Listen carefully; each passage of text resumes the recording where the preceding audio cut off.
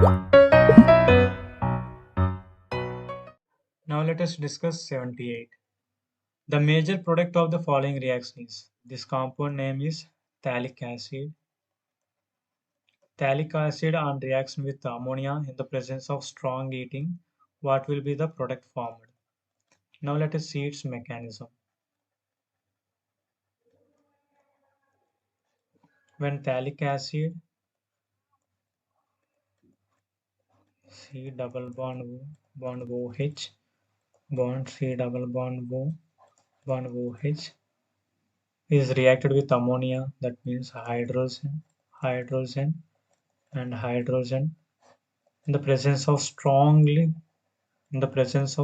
heating. When phthalic acid reacted with ammonia, it removes 2 moles of water molecules to form. By removing of 2 moles of water molecule to form, this name is phthalimide. When phthalic acid reacted with ammonia and strong heating, the loss of 2 moles of water to form the phthalimide as a product. So our option is 2 is our correct answer.